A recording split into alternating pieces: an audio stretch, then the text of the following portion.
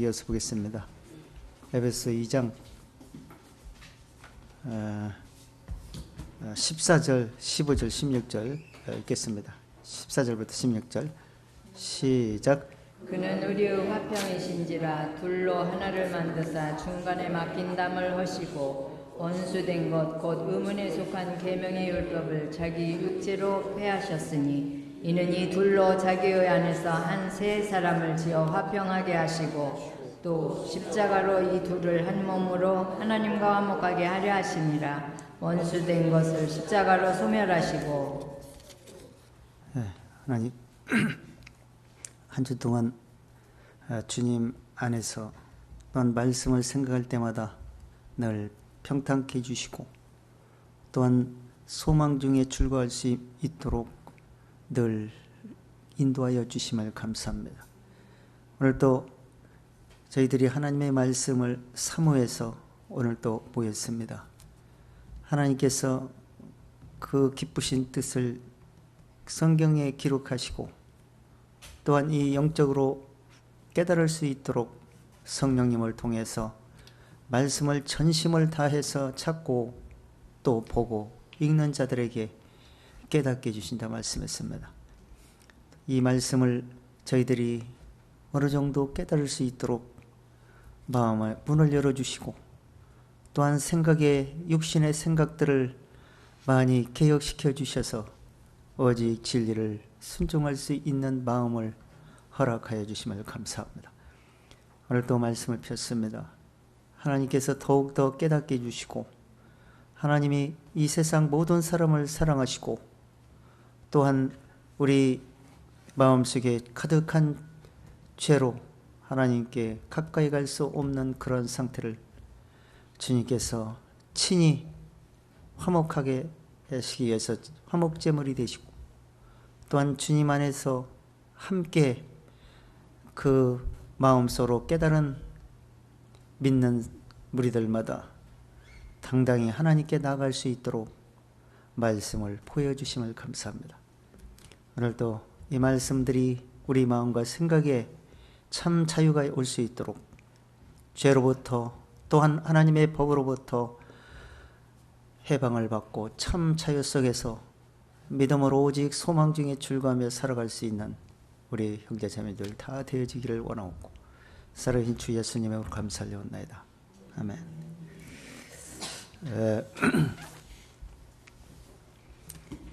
지난주에 우리 이방인들은 이스라엘 밖에 있었고 또 외인이었고 또 영적인 소망도 없이 현실적인 소망만 바라보고 살던 사람이었다라고 그렇게 말합니다. 그런 사람들이 하나님의 은혜로 주신 그 선물을 통해서 말씀을 깨닫고 하나님께서 친히 그 의로움으로 선하게 지으신 바 된 사람들이라고 그렇게 말했습니다.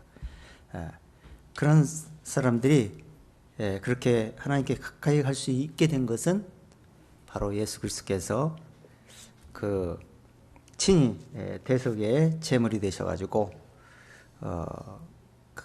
그 죄를 담당하셔가지고 속죄하셨기 때문에 우리가 그를 의지해서 하나님께 가까이 갈 수 있게 됐다라고 말씀을 하셨습니다. 그 이어서 오늘 계속 이렇게 보충해서 그 하나님과 우리 사이에 또한 이 세상 이스라엘과 이방인 사이에 막혔던 그런 담들이 어떻게 무너졌고 어떻게 또 허물어져 가지고 하나님께 가까이 갈 수 있게 됐는지를 계속해서 그 설명하는 내용이 나옵니다. 오늘 14절 말씀 중간에 막힌 담을 허셨다 그렇게 말합니다. 그 중간에 막힌 담은 무슨 벽이 우리의 이해를 시키기 위해서 벽으로 이렇게 담을 설명을 하지만 하나님이 우리 사이에 막힌 담은 죄로 막혀 있는 담입니다. 그리고 죄를 깨닫게 하기 위해서 하나님이 또 율법을 가입을 시켜놨어요. 그래서 그 죄를 알 수 있게 적용시켜놔가지고 그 문제들을 풀지 않고 이해하지 못하면 그 막힌 담이 무너질 수가 없어요. 우리 마음에서. 하나님께서 가까이 올 수 있도록 해놨어도 이해 안 되면, 깨닫지 못하면 아무리 하나님께서 가까이 해놨다고 해도 그림의 떡에 불과합니다. 그래서 그거를 이해시키기 위해서 계속해서 설명을 하고 있는 겁니다. 그래서 하나님이 가까이 오고 싶어요. 구약시대도 에레미야나 이사야서 이렇게 보면 가까이 부르시고 계속 우리가 부르기도 전에, 찾기도 전에 찾아냄이 되고 불렀다 그랬어요. 여기 있노라 여기 있노라 계속 부르고 있는데도 모른다는 거예요.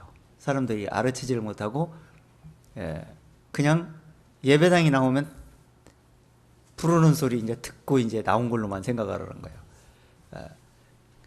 그런 정도로 알고 있어가지고 결국에는 응답도 못하고 못 받고 결국 멸망에 떨어지는 사람들이 수도 없이 많게 될 거라고 성경은 경고하고 있습니다. 그래서 이 중간에 막힌 담을 헐으셨을지라도 우리 마음의 죄와 허물이 사이를 내어 있어가지고 그 죄인이 돼가지고 주님께 돌아오서 두 손 들고 돌아오지 않으면 불가능한 거예요. 입으로만 죄인 용서해 주세요 한다고 해서 되는 게 아니고 마음속에 숨어있는 죄들을, 그 법을, 계명을 마음에 비춰가지고 죄를 찾아내는 거예요. 거울로 비춰가지고, 내 마음을 비춰가지고. 그러면 마음속에 어떻게 생긴 걸 우리 스스로 알게 돼요. 성경이 비춰보기 때문에 영적으로. 그렇게 되면 마음이 어떤 상태를 알기 때문에 마음을 덮어놓고 가려놓고 육신으로 살던 사람이 두 손 들 수밖에 없어요. 뭘로 내세울 게 있습니까?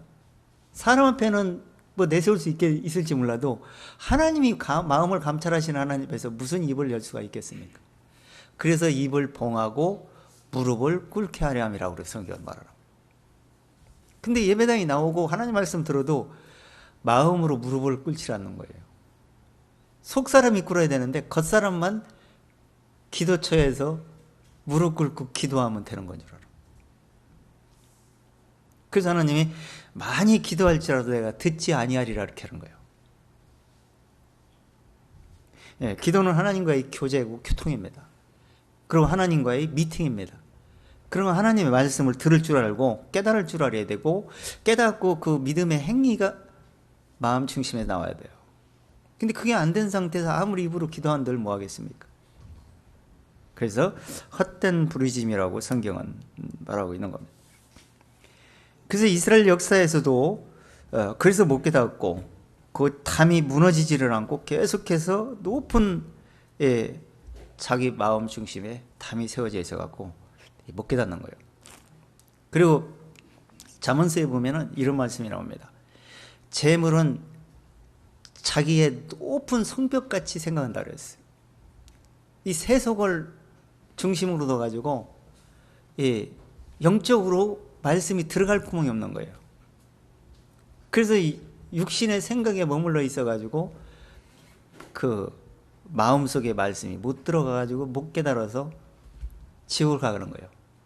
그게 세속에 빠져 세속에서 헤어나지 못해도 문제고, 이 진리가 오해해가지고 종교 사상으로 빠져도 문제가 생기고, 또 이 말씀을 너무 하나님 편에서만, 하나님이 주신 그 은혜만 생각을 해가지고 자기 마음을 깨달아갖고 죄가 철저하게 죄를 발견하고 주님께 돌아와서 그 믿음으로 받아들인 다음에 그 다음에도 계속 죄된 마음이 하나님을 떠나서는 아무것도 할 수 없다는 걸 늘 인지하면서 살아가야 되는데, 하나님 앞에서 너무 지나치게 생각을 하다 보니까 하나님의 은혜로 모든 것이 다 돼 있다고 생각하는 거예요.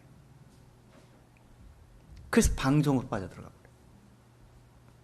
대다수는 이 세 가지 문제에서 해결하지 못하면 진리의 길을 갈 수가 없습니다.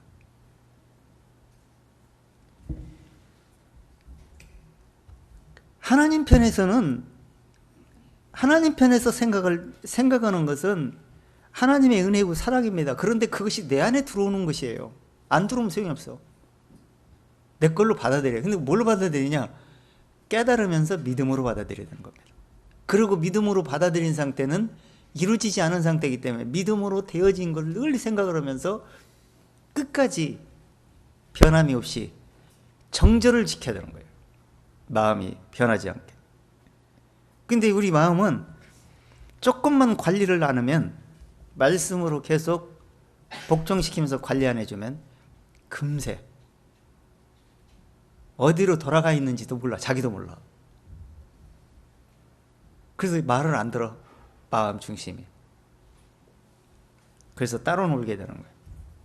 그래서 계속해서 이 마음을 추스려야 되고요. 계속 말씀을 마음에 담아드려야 됩니다. 그래야 말씀이 지켜주시는 거예요. 그래야 마음을 지키지요. 내가는 못 지켜요. 내가 지키려면 더 안 지켜져. 더 열받게 만들고. 근데 하나님의 말씀이 내 속에서 자리 잡으면 그 말씀이 나를 그렇게 할 수 있도록 힘을 주십니다. 인내를 하게 만들어줍니다.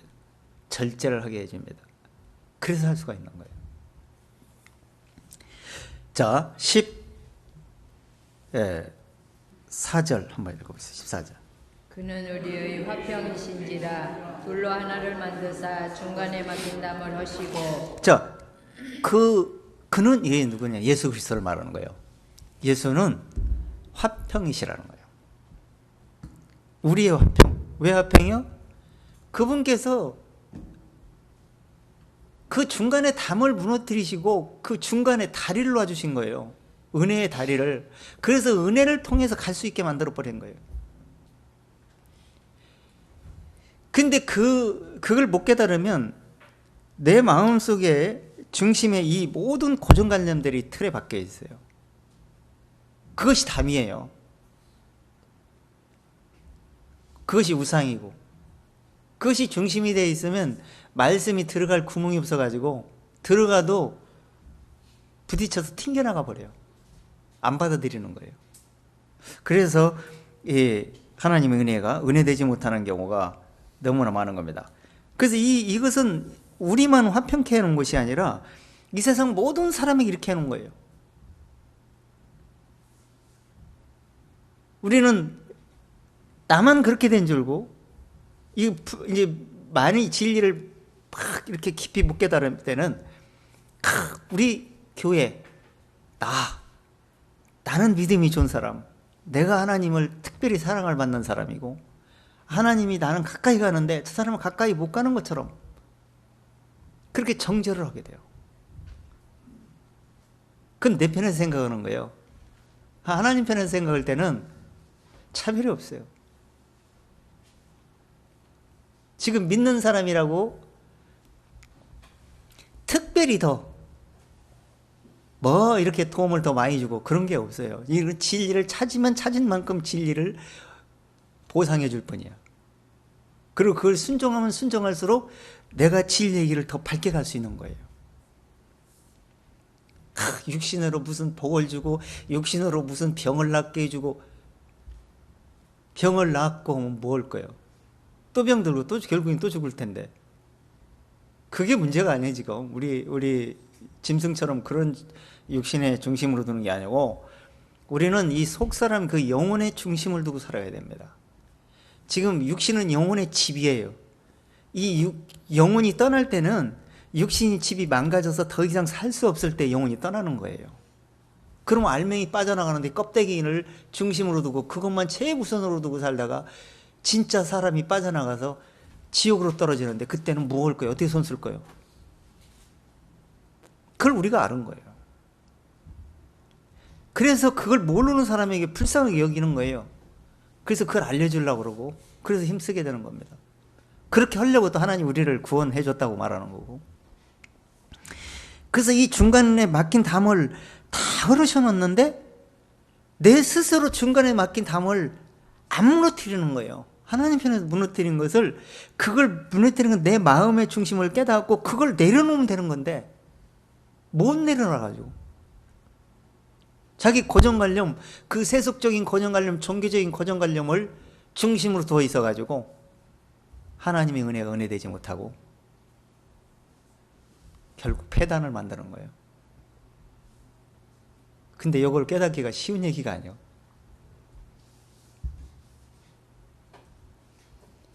많이 공부하고 신학 박사를 하고 그렇게 성경을 뭐 책도 많이 쓰고 하는데도 왜 이걸 모를까요? 하나님은 똑똑하다고 깨닫게 해주고 그 부자라고 더 깨닫게 해주고 하는 게 아니에요.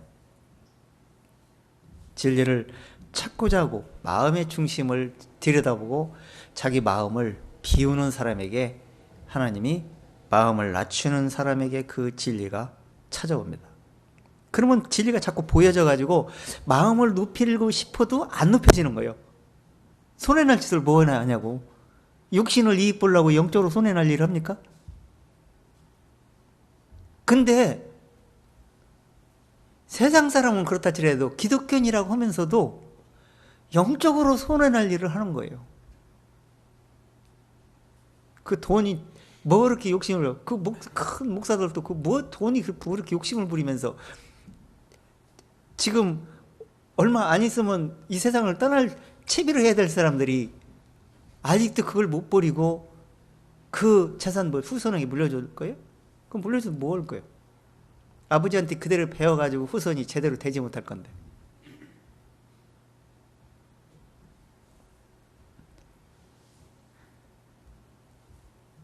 그 얼마나 손해를 져요. 그것은 육신을 이익을 위해서 영적인 손해를 보는 거예요. 그러니까 하나님이 그런 사람에게 말씀을 보여줄 리가 없지.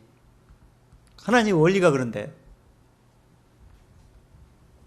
그래서 육신의 중심을 우리 기독교인 이름이 시작했으면 육신의 중심을 우선순위로 두는 게 아니고 영적 중심을 우선순위로 두고 항상 영적 중심을 우선 선택한 다음에 그 다음에 육신을 따라가야 돼.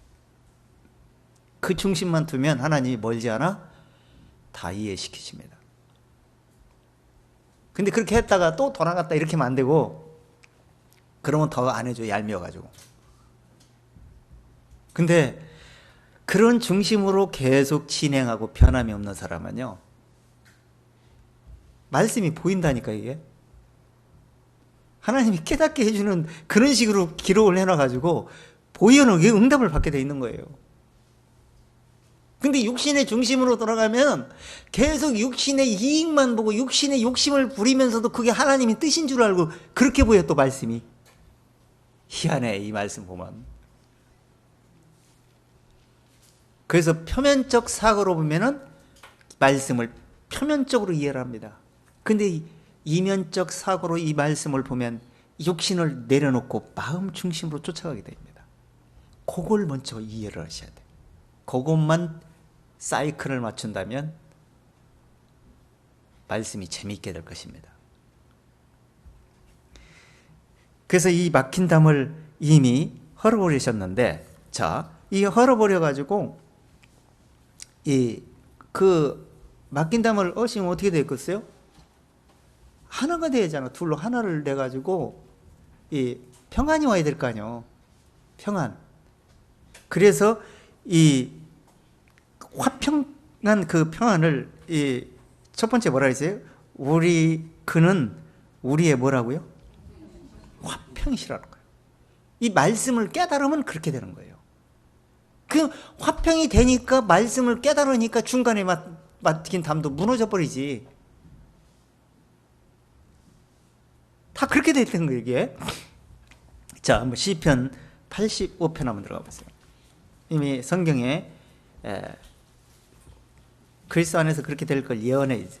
성경에 계속 말씀들이 그렇게 기록이 되어 있습니다. 85편 8절부터 한번 읽어보세요.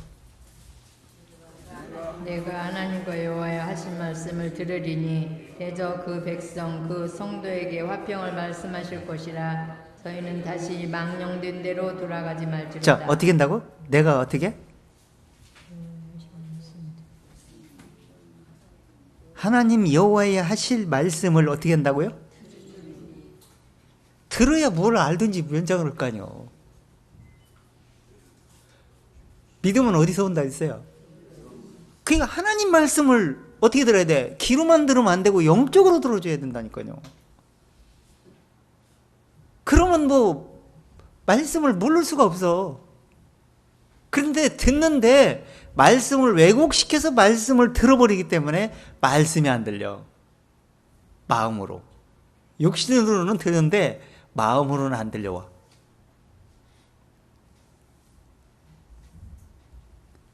예, 이제 지금은 잘 듣는 것 같고 유창하게 설교하는 것 같고 열심히 하나님 말씀 들으니까 하나님이 책임지시겠지. 나 정도는 천국 갈 수 있겠지. 그렇게 생각한다면 큰 코 닥칩니다. 하나님 말씀은 분명해야 돼요. 분명히 그 말씀을 마음에서 깨닫고 이해하고 믿음으로 쫓아가셔야 됩니다. 믿음이 생기고 믿음이 와. 내가 믿으려고 해서 믿어지는 게 아니고. 그래서 이 성도에게 화평의 말씀을 하실 것이라는 거예요. 누구에게? 누구에게? 성도에게 한다잖아. 그 거룩한 성도, 그 진리를 깨닫고 거듭난 사람에게 들려오게 한다는 거예요. 아무한테나 들려오는 게 아니고 읽어도 안 들려와. 읽어도 이해가 안 돼. 그래서 이 말씀이 하루아침에는 못 깨달아요. 야금야금 하나님이 깨닫게 해줍니다. 근데 깨달으면 더 깨달아지고 깨달으면 또 깨달아지고 또 깨달으면 또 다른 게 막 깨닫게 해주시는 거예요. 그러니까 이게 말씀이 막 더 많이 알고 싶어지고 막 감질 나는 거야. 그러니까 막 더 많이 알고 싶어갖고 계속 막 파고들게 돼 있어. 그러니까 보면 볼수록 이 말씀이 무슨 말씀을 하고 있는지 무슨 뜻을 가지고 있는지를 하나님이 이해를 시켜주세요. 성령님께서 그렇게 하는 거예요. 이 성령으로 기록되어 있기 때문에 성령의 그 흐름을 탈 수 있게 만들어주는 거야. 이 속사람이. 9절 읽어보세요. 진실로 그의 구원이 그를 경외하는 자에게 가까우니 이의 영광이 우리 땅에 거하리이다. 진실로 누구에게 구원이 가까워? 경외하는 자에게. 그분을 경외하는 자에게 가깝다는 거예요. 경외가 뭡니까? 하나님을 두려워할 줄 알아야 돼. 첫째, 하나님을 의식하고 살아갈 수 있는 사람. 그러면 뭐예요? 육신적인 생각을 가지고 사는 게 아니라 영적인 생각을 가지고 사는 사람이라는 거예요. 당연히 그런 생각을 가진 사람에게 구원이 뭔지 깨달을 수밖에 없죠.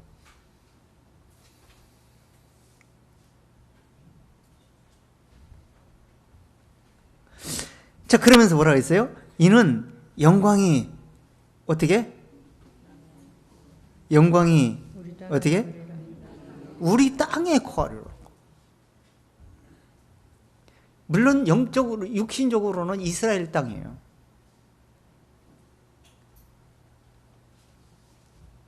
근데 이 영적으로는 우리 마음을 말하는 거예요.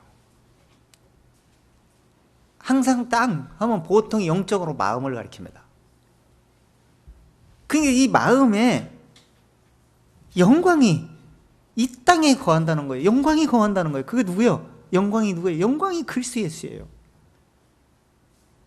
그분이 내 안에 들어오니까 구원이 이루어지는 거예요.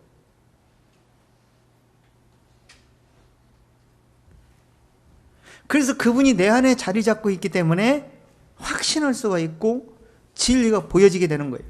자, 10절. 국률과 진리가 같이 만나고 의와 화평이 서로 임마주었으며 진리는 땅에서 솟아나고 의는 하늘에서 하감하였도다. 자, 긍휼과 진리가 모든 것이 다 누구의? 하나님 거예요. 긍휼도 하나님이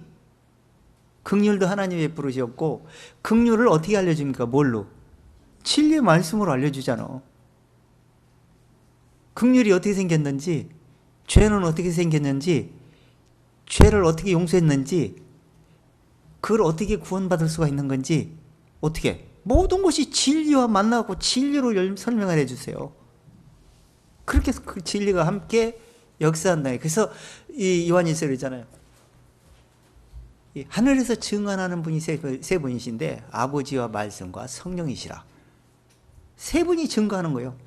역사의 시대에 따라서 이렇게 증명을 하셨는데 또 땅에서 증거하는 분이 세 분이신데 성령과 물과 피라. 이 셋이 합하여 하나니라. 이 말씀이라는 거예요.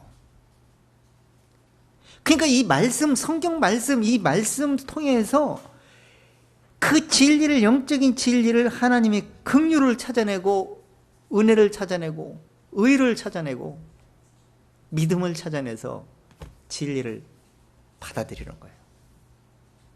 그러면 다 이해가 되는 거예요.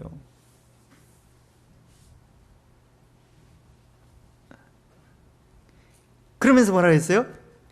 만나고 의와 뭐라고? 화평이 서로 입맞춘다는 거예요. 그래서 이 의가 우리 마음속에 들어오면 평안이 찾아옵니다. 화평. 내가 너에게 평강을 끼치노니 나의 평안을 너에게 주노라 그랬어요.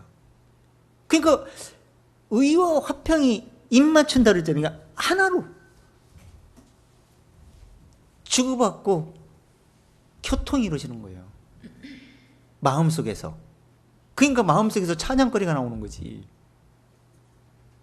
그래서 시편에서 그렇게 찬양을 마음에서 불러댄 거예요. 그러니까 무슨 악기를 가지고 찬송을 부르고 찬양을 부르는데 그렇게 생각을 해요. 표면적으로 생각을 해가지고. 웬만한 큰 교회는 오케스트라에 저리가 할 정도로 막 얼마나 그 분위기 보면은 진리를 못 깨닫는 사람들 분위기가 너무 좋은 거야. 피아노 똥똥 튀는 소리가 아니요. 그냥 흥이 나.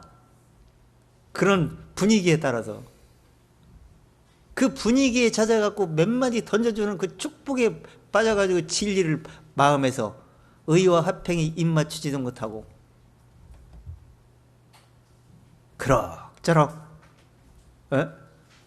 진리의 구원이 마음에 이루어지지도 않은 상태에서 그럭저럭 흘러가다가 죽음을 두려워하다가 이 세상을 떠나는 것과 동시에 차라리 몰랐으면 되는데 알고 못 들어가면 지옥 벌을 더 많이 받아가지고 고통 중에 살게 되는 겁니다. 11절 한 절도 보세요. 진리는 이렇게 진리는 땅에서 솟아나고 의는 하늘에서 하감하여도다. 자, 이 진리와 이 긍휼을 잊고 구원을 잊고 그 영광이 우리 마음속에 그리스도께서 마음속에 들어오니까 그 진리의 그리스도의 진리가 들어오니까 마음에 화평이 이루어지게 될 것이고 그러면 그 속에서 이제 깨달아진 진리가 마음에 들어왔으니까 그 진리가 뭐가 움직이게 될 거 아니에요. 들으면 끝나는 겁니까? 그럼 그 말씀들이 진리의 말씀들이 마음의 땅에 뿌려졌으면 무슨 마음의 땅에서 무슨 반응이 일어나야 될 거 아니에요. 농부가 씨는 연락에 뿌렸는데 반응이 안 일어나. 어떻게 반응 안 일어나?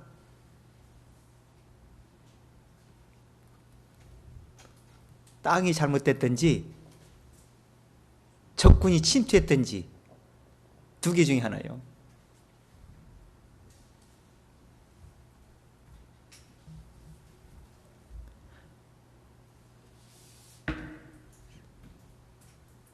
제가 이제 어렸을 때 시골에서 좀 살아가지고 밭도 참 많이 배우고 이런 걸 보게 되는데 정확한 뭐 이렇게 직접 해본 게 아니기 때문에 네, 잘 모르는데 근데 우리 집사람이 저기 주말 농장을 쬐끔 오잖아요. 근데 이제 씨를 뿌렸는데 새가 다 잡아먹었다는 거예요. 풀로 덮어놓은 데는 하나도 안 잡아먹었는데 그냥 다 잡아먹었다는 거예요. 어떻게 잘 찾아갖고 색깔 보고 하는지 냄새 맡고 하는지는 몰라도 그 좁쌀만한 그 씨앗을 어떻게 다 잡아먹는지 몰라요. 새들이. 그래서 하나님이 그 일을 하고 입히시지도 않고 먹이지도 않는데 다 먹고 살게 하나님이 해놨으니까 그렇게 먹고 사는 거라고. 인간에게는 수고를 줘야 되는 거예요. 수고할 수밖에 없어요. 그렇게 수고하게 하는 거예요. 그러면 왜 그런 거예요? 새가 짜먹으면 그렇잖아. 그럼 땅이 반응을 할 수가 없어요. 그것처럼 마태복음 13장에서 뭐라고 합니까? 길가태, 거신된 물밭에, 돌짝밭에. 길가태 떨어지면 새가 와서 다 잡아먹고 말로 비틀어 죽고 없어져 버리는 거예요. 땅에 들어가면 뿌려지면 흙으로 덮어가지고 적당히, 그것도 막 엄청나게 막 흙으로 높이 덮어놔 못 나와. 조금 덮어버려 말로 비틀어갖고 반응을 못해. 적당히 덮어갖고 물도 적당히 하나님이 내려주셔야 되고, 이렇게 해서 그 나오는 거예요. 그런 것처럼 우리 마음속에도 그렇게 관리를 하셔야 돼. 가만히 있으면 몇 마디 듣고 가가지고 가만히 있으면 나오겠지. 뭘 나와, 나오기는 이미 벌써 사단이 다 짜먹어 버렸는데. 똑같아 원리가. 내 생각이 사단의 생각에 의해서 말씀이 반응하지 못하도록 다 날아가게 만들어 버렸어. 근데 어떻게 마음에서 움돋습니까? 뿌리고 날아가고 계속 혼동사만 짓다가 조금 몇 개 나는 경우가 있을 거예요. 기왕이면 조금 뿌리고 많이 나오면 좋겠잖아요. 근데 이스라엘 사람들이 하나님이 저주를 내리니까 씨앗을 엄청 뿌렸는데 본전도 안 나오는 거예요. 하나님은 그렇게 만들어버려요. 그 육신의 것을 얘기하는 게 아니야. 이스라엘 역사 육신의 그걸 얘기도 하는데, 깐부기 자양이 까먹고 털벌레가 까먹고 팥종이가 뜯어먹고 메뚜기가 뜯어먹고 넛이 뜯어먹고 다 그렇게 했다고 그랬어요. 저희는 그 전대를 찾는데 구멍 뚫린 전대에 넣음 같다 그랬어요. 이스라엘 사람들이 영적으로 깨닫게 하려고 하나님이 육신적인 걸 저주를 내려버린 거예요. 도무지 못 깨달으니까 바알신만 쫓아갖고 세상 복만 찾으려고 세상 번영만 쫓아다니니까.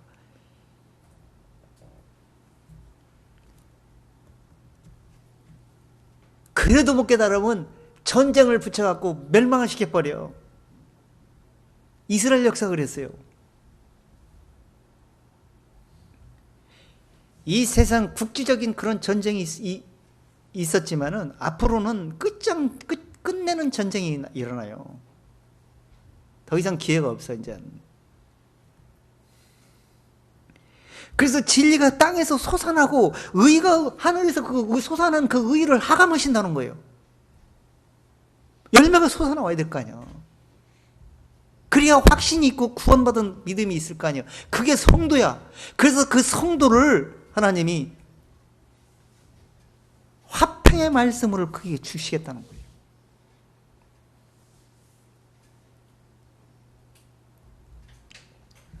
그 엘리후가 그 소리를 한 거예요.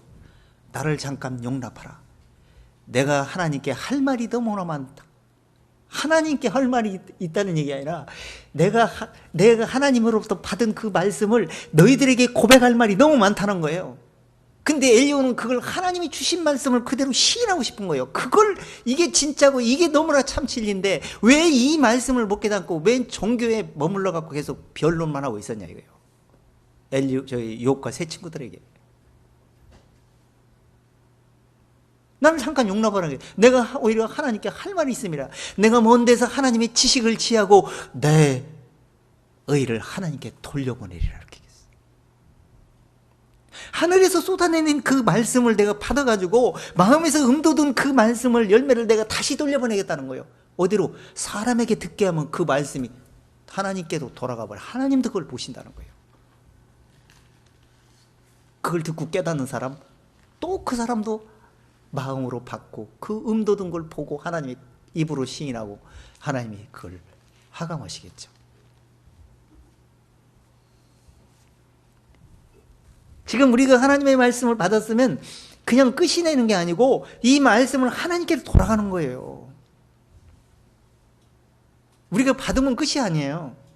하나님께로 돌아간다니까요. 그리고 이 말씀이 돌아갈 때 내가 돌아가는 겁니다. 그래서 하나님이 주신 말씀을 잘 이 받고 그 말씀을 잘 마음에서 이해해서 그 말씀을 내 마음에서 찬양을 불러야 돼. 그 소리를 하나님이 들으시고 그 소리를 듣는 사람에게 또 깨닫게 줍니다. 진짜로 들은 사람은 또 그 사람 똑같이 그렇게 찬송을 할 수밖에 없어. 12절 읽어보세요. 여호와께서 좋은 것을 주시리니 우리 땅이 그 산물을 내리로다. 여호와께서 좋은 걸 주신다는 거 어디에? 마음에. 들을 길 열게 해서 마음에 뿌려진다는 거예요. 그러고 나니까 그 뒤에 말해서 13절 한 절 더 보세요. 의가 죄 앞에 앞서 행하며 주의 종적으로 길을 삼으리로다. 의가 내 마음에 죄의 담이 무너지고 죄의 마음이 의의 마음으로 바뀌었잖아. 믿음으로 그렇게 됐다는 사실 확신하잖아요. 그러니까 이걸 그 종적을 그걸 그 중심으로 그걸 내세우고 살아가는 거예요. 엘리야처럼.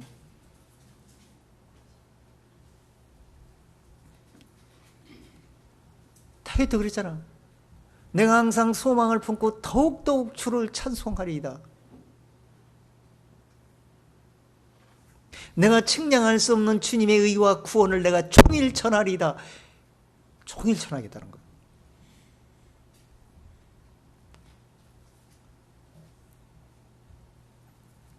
그 시인 소리를 하나님이 마음에서 음돋게 하고 마음에서 진리와 긍휼이 함께하고 그 의가 음돋게 해서 화평을 만들어내는 겁니다. 마음의 평강을 주시는 겁니다. 자, 에스겔 34장 25절 한 절 더 보세요. 에스겔 34장 25절. 내가 또 그들과 화평의 언약을 세우고 악한 짐승을 그 땅에서 그치게 하리니 그들이 빈들에 평안히 거하며 숯불 가운데서 살지다. 자, 뭐라 했어요? 내가 또 그들과 화평한 언약을 세우고 이렇게 했어요. 그럼 세우려면 어디 세워야지? 마음이 세워져야 될 거 아니에요. 화평의 언약의 말씀을 주시면은 그 말씀이 마음 속에 영혼 속에 세워져야 될 거 아니에요. 그냥 성경의 말씀에 그 약속대로 세워져 있으면 성경 말씀이지 그냥 이건 내가 받은 말씀은 아니잖아요. 이 성경이 이렇게 두꺼워도 이게 말씀이 내가 깨달아졌을 때 이 말씀이 하나님으로부터 받은 말씀이지 말씀이 두껍게 있고 성경책만 갖고 다니면 뭐냐고. 아무 소용이 없는 거예요. 안 믿는 사람도 성경책 몇 권씩 있는지 얼마나 많은지 몰라. 어떤 사람은 폼으로 놓은 사람, 어쩔 때는 믿으라고 누가 사줬으니까 줬는데 그냥 버리기는 아깝고 버리면 또 벌 받을까봐 마음대로 못 버리고. 옛날에 누가 성경책을 2권을 가져왔어요. 옛날에 버리기는 아까우니까 제가 이제 성경책을 하도 이렇게 보고 이렇게 보니까 아니까 버리기는 아까우니까 또 혼날 것 같으니까 주님이 가져온 거예요.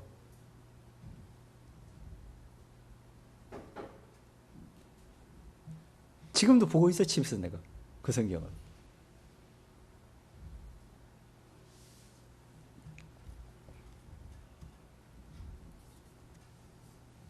근데 그 보화 같은 물론 누구의 전도를 받아서 성경책 다리 사갖고 깨달았으면 다행인데 만약에 못 깨달았으면 그 주옥 같은 말씀을 버린 게 얼마나 후회가 되는지 내세에 들어가면 알게 될 겁니다. 그래서 이 화평을 언약에 세우면은 이 악한 짐승, 이 짐승이 뭐냐면 무슨 악한 짐승, 사자나 호랑이 뭐 이런 뭐 하이에나 같은 그런 짐승을 말하는 게 아니고 우리 마음속에 짐승, 하나님이 그렇게 뭐라고 표현하는 줄 아세요? 짐승으로 표현해. 우리 인간들을 깨닫지 못한 자는 멸망하는 짐승 같도다. 이 짐승반도 못해 죄가 얼마나 막 마음에서 나오는 혀로 사람을 죽이기도 하고 실제로 죽이기도 하고 막 얼마나 사람을 자기 마음에 안 들면 그렇게 돼버리잖아요. 그래서 이 악한 짐승들이 이 마음 땅에서 그치게 한다는 거예요. 어떻게 그치게? 진리가 마음에 자리 잡고 진리의 중심이 되면 그 악한 생각들이 절제가 되고 자제가 되고 용서가 되고 스스로 그걸 무너뜨리려고 노력을 하면서 살게 돼요. 그래서 온유한 마음으로 자꾸 바뀌려고 그러는 거예요. 근데 완전히 바뀐 게 아니에요. 그냥 참하게 만들어주는 거예요. 근데 언제 누가 환경에 따라서 그 인내하지 못하면 또 그게 또 폭발해가지고 원상복귀 돼버려요. 우리 마음이 그래. 옛날에 그랬잖아요. 저쪽이 우리 분리되기 전에 그때 다 정말 온유한 성품 참 좋은 분들 정말 하나님과 교제 하나님 말씀만 가지고 살아가시는 분 같다 그렇게 생각했는데 환경이 무슨 환경이 되니까 어떻게 변했어? 다 무섭더라고.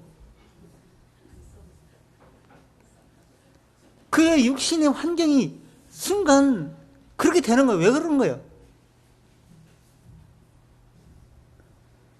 이해타산을 하고 자기 욕심을 가지고 하니까 그래요. 이게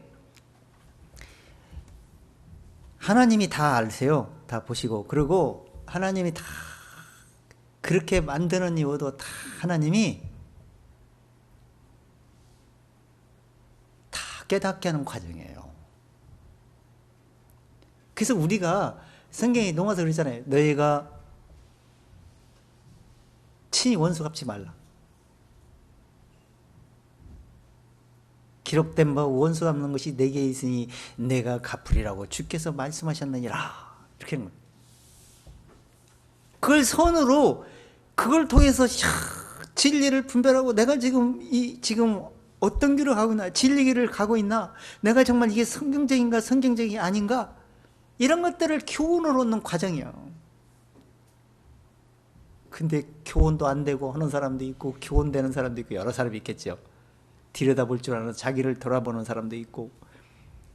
하나님 우리 그때 얼마나 그 마음속에 더러운 죄들이 가득하다는 그 말씀을 얼마나 많이 찾아내서 읽었어요. 그게 우리 마음속이라는 걸 얼마나 성경을 많이 찾았냐고.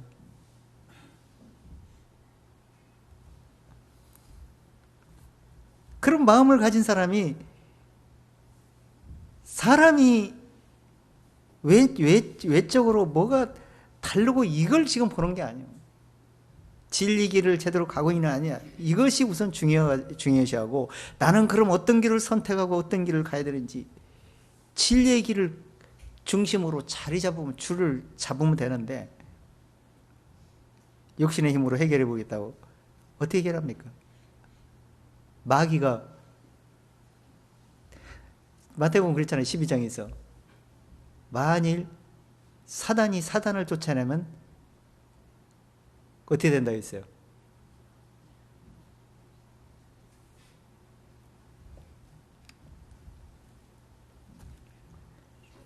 동네도 분열이 일어나고 집도 분열이 일어나고 다 일어나요. 그게 이 세상이요. 그래서 결국에는 이 세상이 그걸로 끝이 되는 거예요. 다 욕심 때문에. 그래서 이 악한 짐승을 다 그치게 한 다음에 그 화평의 언약이신 그분이 그리스도 예수께서 진리를 통해서 그분의 평강을 우리 마음에 끼쳤을 때 정말 그 숯불 가운데 자라게 된다는 거예요. 무슨 숯불이요? 진리의 숯불, 무궁무진한 그 진리의 숯불 우거진 곳에서 정말 자라게 됐다는 거예요. 어린 양이 풀을 뜯는 것처럼. 지금도 진리의 숯불 속에서 머무르는 사람, 간간히 숯불이 있어 여기 조금 저기서 뜯어먹고 왔다 갔다 하면서 뜯어먹는 사람도 있을 거예요. 마음의 진리의 숯불이 우거져 갖고 가만히 있어도 꿀이 그냥 뚝뚝뚝 떨어지는데도. 자, 다시 이렇게 화평을 주시겠다고 예언을 하시다가 정말 예수 그리스도께서 이 땅에 오셨을 때 그 화평을 말하잖아요. 천사들을 통해서.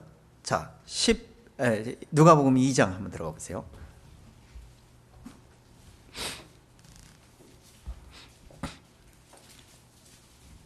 14절 한번 읽어보세요.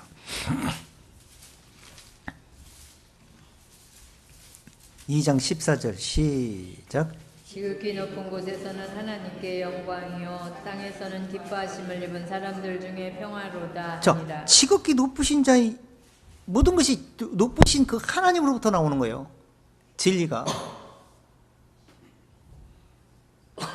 이 세상 돌아가는 것도 인간들이 돌아가는 것 같지만 마귀가 아무리 수작을 부려도 하나님의 방법대로 갈 수밖에 없어요. 하나님의 계획한 대로 갈 수밖에 없어요.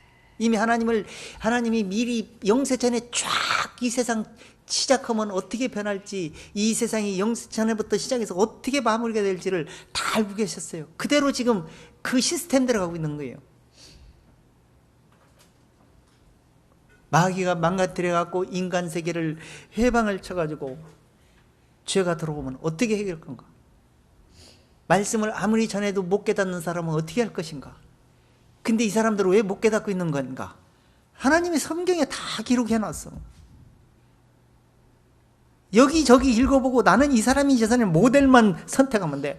아니 여기에 걸려 있든지 저쪽에 걸리든지 성도 쪽에 걸려갖고 천국으로 이사가든지 지옥 쪽에 걸려갖고 지옥으로 떨어지든지 모델이 다 정해져 있다니까.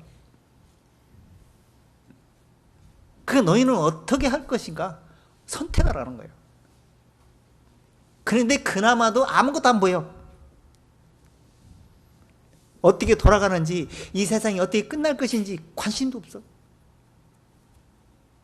죽으면 어떻게 되는 건지 조차도 관심 없고. 근데 이 세상은 내가 살았을 때는 자유의지 속에서 내 마음대로 사는 것 같아. 그렇게 될 것처럼 가죠. 죽는과 동시에 내 자유의지는 끝이 납니다. 내 선택은 없어요. 무쇠의 왕에게로 잡혀가는 순간 해결할 방법이 없습니다. 하나님이 그걸 아시고 절대 태어나지 말아야 되는데 태어난 이상 너는 거기는 선택을 하면 안 된다는 거예요. 그렇게 설명을 해야 하는 거예요. 이걸 이해시키려고 이렇게 성경이 이렇게 두껍게 설명하고 있는 거예요. 근데 역사적으로 창세기부터 죽더라 하는데 계속 죽어가는데 깨닫고 죽는 사람이 없는 거예요.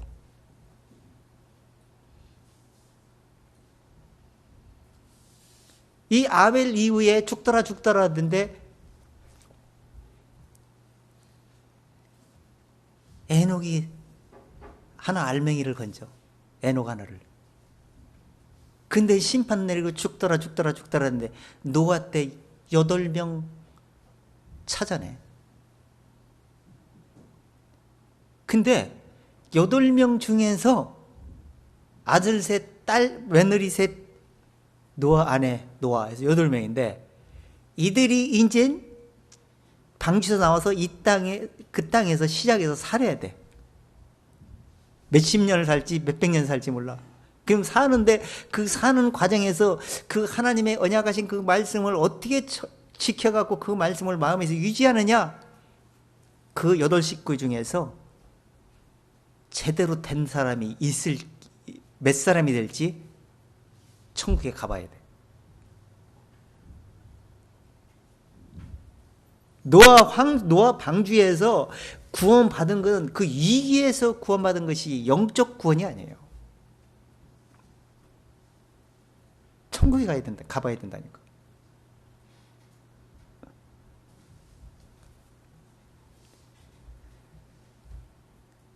그래서 그만큼 구원받는 사람이, 진리를 쫓는 사람이 그렇게 적다는 걸 성경이 창세기부터 보여주고 있잖아요. 그러면 지금 그때 환경을 비추어서 지금 한번 보면 어때요? 노아의 때와 같이 인자의 남도 그러하리라 말씀을 비교해 보면 그때보다 더 못할 수 있어. 지금 심각합니다. 심각해. 자, 이렇게 화평의 기뻐하심을 입은 자에게 평안을 주시는 거예요. 기뻐하심을 입은 자는 어떤 사람이 기뻐한다고 했어요, 하나님이? 뭐가 없으면 기쁘시게 할 수 없다 그래서 믿음이 없이는 하나님을 기쁘시게 하지 못하나니, 그러면서 믿음은 어떤 것인가를 보여주기 위해서 노아를 적용시키잖아요. 노아는 세상을 정죄하고 믿음을 쫓는 의의 후사가 되었느니라. 믿음으로 그 의를 쫓는 그 후사가 돼가지고 결국에는 그 의로 노아는 구원받았어.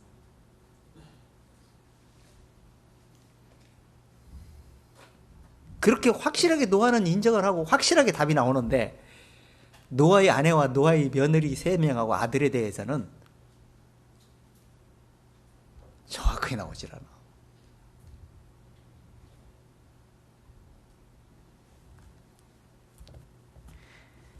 그래서 이 믿음이라는 게 진리를 깨닫지 못하면 세상을 싫어하고 내세의 소망을 바라보고 살 수 있는 중심이 안 바뀌어요. 노아처럼. 자, 그래서 예수님이 그 화평을 성취하시기 위해서 그 화평을 믿음으로 받아들이고 그 의를 믿음으로 받아들이는 사람에게 화평을 주시잖아요. 그러기 위해서 예수님이 그 화평이 뭔지를 우리 마음속의 죄의 담을 무너뜨리신 거예요.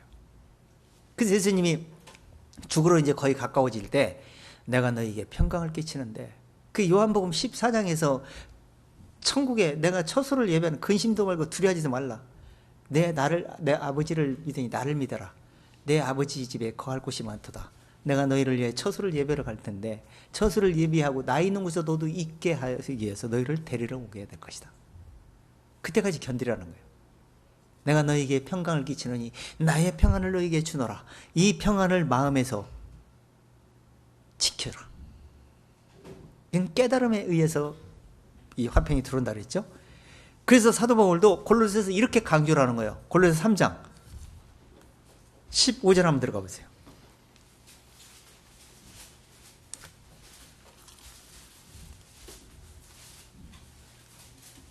3장 15절 시작. 그리스도의 평강이 너희 마음을 주장하게 하라.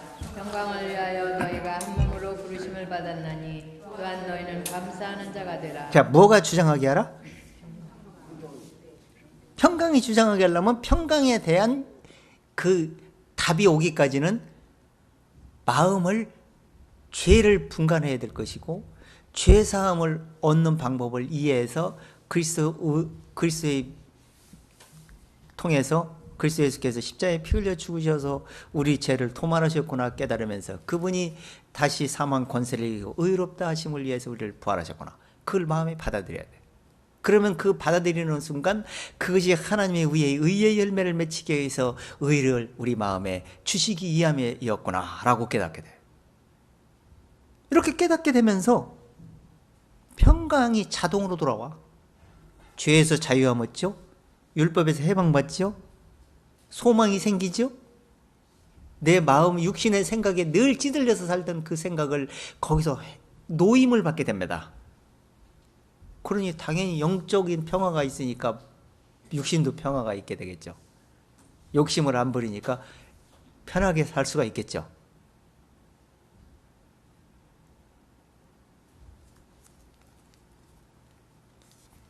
욕심을 부려가지고 육신의 욕심을 부리다가 영적 평안도 없어져 버리고 육신의 평안도 없어지고 얼마나 근심 없이 살아가게 되는 사람이 얼마나 많습니까, 세상에.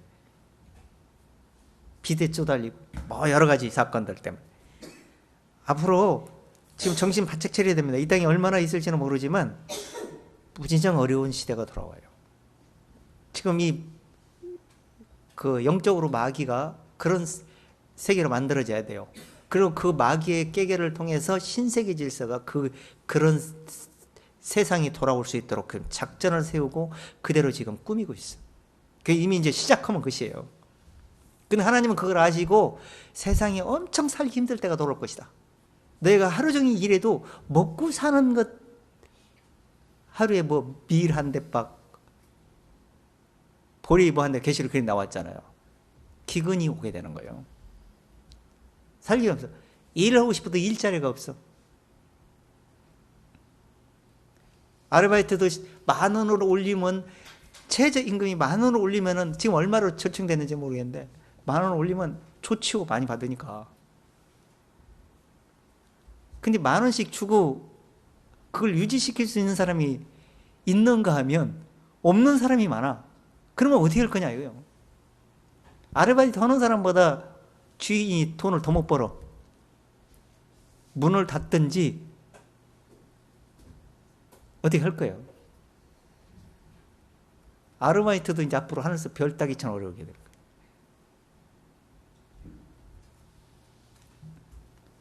세상이 그렇게 흘러가야죠. 심지어는 지금 대기업 자동차 회사들은 외국으로 다 나가겠다는 거예요. 물론 이제 정부를 압력을 넣어가지고 계속 그런 식으로나 우리 이렇게도 할 수 있다고 막 이렇게 할 수도 있겠지만은 지금 일자리가 다 빠져나갔잖아요. 다 빠져나가고 외국에서 지금 역수출해갖고 우리 해보니까 전자제품도 다 역수출해오는 게 거의 대부분이야. 우리나라 기업 건데 외국에서 만들어가지고 싼 임금 만들어가지고 우리를 다시 수출해오는 거예요. 우리는 그거 사갖고 비싸게 사가지고 쉽게 망가져. 정품 우리나라에서 만든 제품이 아니라.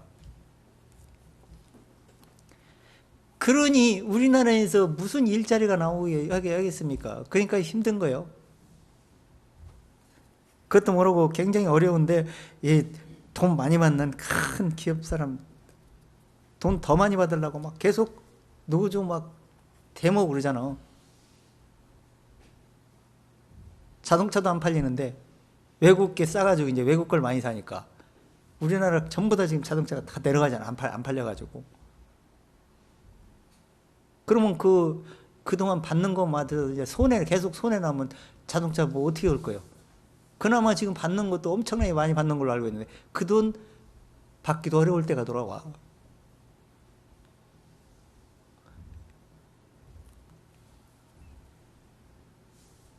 자동차도 소유의 개념이 이제 떠나는 시대가 돌아온다고 저는 그러잖아요. 자동차도 소유 안 해도 되는 시대로 돌아와. 아니, 소유하면은 이제 웬만큼 돈도 제대로 벌지도 못하면서 자동차 소유하고 있으면 그 세금이 뭐고 막 계속 나가니까 골치 아파. 렌터카 같은 거 필요할 때 하는 게 훨씬 유리하다는 걸 알게 되고 이제는 그 소유의 개념도 떠나게 되는 거예요. 시대가 그렇게 바뀌어. 집도 막 2채, 3채 있으면 부자라서 막 재테크 해야 돼. 그게 아주 가시가 되는 시대가 돌아와요. 집 2채 있으면 빨리 파세요. 더 손해나기 전에. 제가 볼 때는 그런 것 같아요.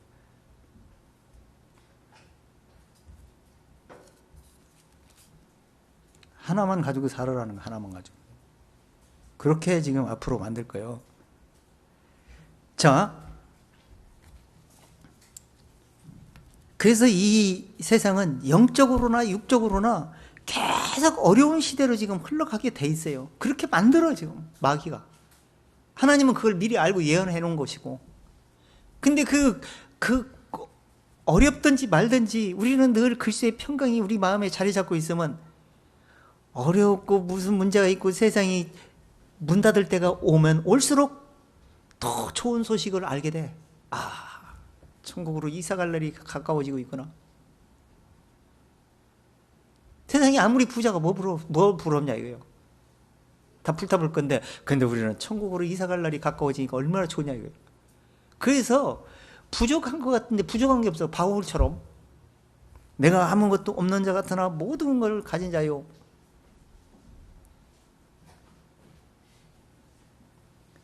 자, 다시 보세요. 노마서 5장. 노마서 5장 1절, 2절 한번 읽어보세요.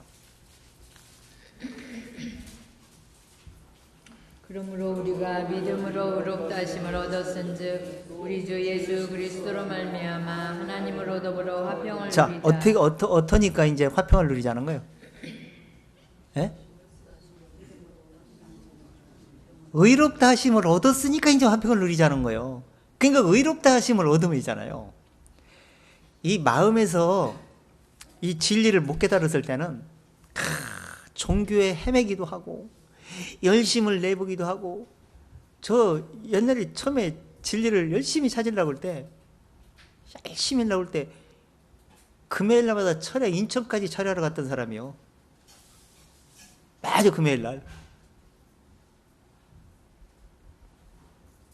저녁이 초저녁에 이제 출발해서 가면 이제 지금처럼 뭐 차가 있습니까? 뭐가 있어요? 버스를 타고 삥삥 돌아가지고 그 차 타고 이제 가니까 얼마나 시간 많이 걸려. 그 내릴 때도 삥삥 돌아갖고 다 이렇게 돌아가면서 내려주니까 얼마나 시간이 많이 걸려. 집이 오면 7시였어. 그 다음날 아침에. 그 다음날 아침에도 어떻게 해? 잘 수 없잖아. 저 미친놈 소리 들을 거니까. 예수님 욕 안 먹이려고. 또 열심히 일하는 거예요. 예수 믿는 사람 다 미친 사람들이라고 일도 안 하고 그런다고 안 되잖아. 예수님 욕 먹이기 싫어갖고. 그렇게 평강이 없을 때는 그 평강을 찾아서 헤매는 거예요. 그래서 기근이 있다 그러잖아, 아모스에. 이리 비틀 저리 비틀해서 하나님의 말씀을 찾아 왕래해야 돼. 찾지 못한다 그랬어요. 찾을 수 있는 말씀을 안 전하는 거예요. 지금 생각해 보니까. 그때는 모르니까 그냥 무조건 하고 막 헤맸던 거고. 그래서 얼마나 그 허송세월을 보내냐요, 이거. 근데 이 마음속에 죄를 발견하는 순간, 그 죄를 발견하고, 죄를 발견하지 못할 때는 하나님, 내가 또 무슨 죄를 졌습니다, 또 용서해 주세요 하고 매일 부르짖는 거야. 용서해 달라고, 회개하라고. 지금도 막 그렇게 시키는 사람 그렇게 많이, 대부분이 그렇게 시키잖아. 회개하라고. 주의 삼청 외치면서 회개합시다 하면서. 깨달을 수 있는, 마음이 돌이켜서 주님께 돌아올 수 있는, 마음에서 회개할 수 있는 말씀을 줘야 되는데 안 주는 거예요. 안 주는 게 아니라 못 주는 거예요. 자기도 모르니까. 그냥 회개하고 문자 그대로 보라고. 회개하면 용서됐겠지 이건데, 그 회개한 행위 때문에 용서해 주는 게 아니에요. 큰 착각이에요. 그 진리가 내 마음에 들어오면 마음이 돌아옵니다. 돌이킵니다. 그 돌이키는 행위가 마음으로 회개하는 거예요. 그걸 찾으시겠다는 하나님이. 근데 입으로만 회개하면 뭐합니까? 죄는 마음속에 있는데. 마음에서 죄사함을 받아야지. 그래서 마음속에서 죄사함을 받으니까 그 뭘로 받아? 또 믿음으로. 이장 오늘 5절을 다시 읽어보세요. 5장 1절. 그럼 우리가 믿음으로 의롭다. 자, 믿음으로 어떻게? 하심을 얻었은즉 우리 주 예수 그리스도로 말미암아 어떻게? 믿음으로 의롭다함을 얻은 사실을 확신해야 되는 거예요. 그러면 그 얻는 순간 마음에서 자유를 얻게 돼. 죄로부터. 그러니까 평강을 누릴 수밖에 없어. 다 하나입니다. 흔들릴 필요가 없어. 어떤 유명한 목사가 아무리 꾀해봤자 소용이 없어. 안 통해. 성경에서 답을 얻어버려가지고.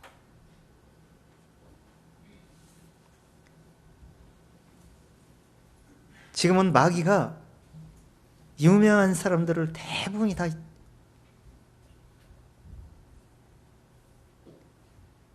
WCC나 뭐 이런데 그냥 인본주의 사상에 다 젖어들어가지고 진리를 못 깨닫게, 진리가 나오지 않게 이미 벌써 다 물들여놔가지고 절대 깨닫기 어려워.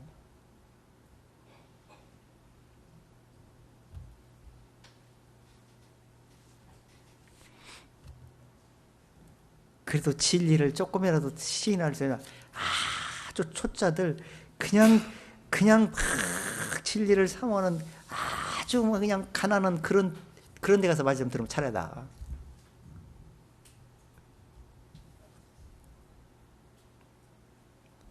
그래서 지금 얼마나 이 세상이 어두워져 있는지. 근데 화평을 못 누리는 거예요. 그러니까 자 2절 읽어보세요. 또한 그로 말미암아 믿음으로 서 있는 이 은혜에 들어감을 얻었으며 하나님의 영광을 바라고 자 보세요. 즐거워하니라. 믿음으로 말미암아 의롭다함을 얻었어요. 그 다음에 믿음으로 말미암아 우리가 서 있어요. 그러니까 믿음으로 의롭다함을 얻고 믿음으로 서 있어. 그러면 믿음으로 서 있으면 그 믿음 속에는 뭐가 들어있는 거예요? 진리와 긍휼과 화평과 의와 모든 것이 마음속에 자리 잡게 되는 거예요. 그래서 진리를 모르고는 답이 안 나와. 답이 안 나와. 영적인 답이 안 나온다니까요. 아이 모를 때는 그냥 막 부르짖고 기도하고 막 모여서 조금 뭐 예배 참석하고 막 이러면 되는 줄 알아. 그런 줄 알았잖아요. 우리도 한때는. 진리를 알고 깨달으면 깨달을수록 분별력이 생기는데 이거 구원받기가 쉬운 얘기가 아니구나 이걸 알게 돼. 쉬워. 치우기는. 그런데 깨달을 수 있는 과정이 너무 어려운 거예요. 자기 생각을 내려놓고 말씀을 믿음으로 받아들이는 과정이. 그래서 구원받기 어려운 거예요. 수도 없이 들어도 다시 돌아가고 다시 돌아가고 이래가지고 그러다가 딱 걸리는 거예요. 하나님 앞에 걸려갖고 그냥 진리가 탁 마음에 꽂히는 순간 그때부터 이제 빛이 비춤을 받으면서 그때부터 이제 진리의 맛을 들여가지고 진리를 쫓아가게 되는 거예요. 그때까지 시간은 오래 걸릴 수가 있어요. 근데 어떤 사람은 금세 될 수도 있어.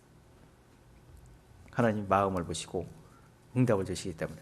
그래서 믿음으로 서 있는 이 은혜의 들어감을 얻었으면데 들어간 게 아니야 지금. 들어갈 보장이 돼 있다는 거예요. 근데 그 믿음을 끝까지 유지시키고 마음을 지켰을 때 그게 가능한 거예요. 그래서 어떻게 하라는 거예요? 하나님의 영광을 바라보고 출거한다는 거예요. 근데 출거하는데 지금은 아무 문제 없죠. 근심 걱정거리 있습니까? 지금 별로 없으면 편안한 거야. 근데 세상에 살다 보면 만만하게 그렇게 좋은 일만 있냐 이거야. 영적, 육적 시험거리가 수도 없이 생길 것이고 지금 우리 모임에서도 잘 이렇게 돼 있는 것 같아도 속으로 영적 시험이 들어오는 게 얼마나 많은지 몰라. 내 마음속을 갉아먹는 거예요. 진리를 갉아먹는 거 그게. 빨리 빠져나오세요. 손해는 나만 손해나. 다른 사람 손해 절대 안 나.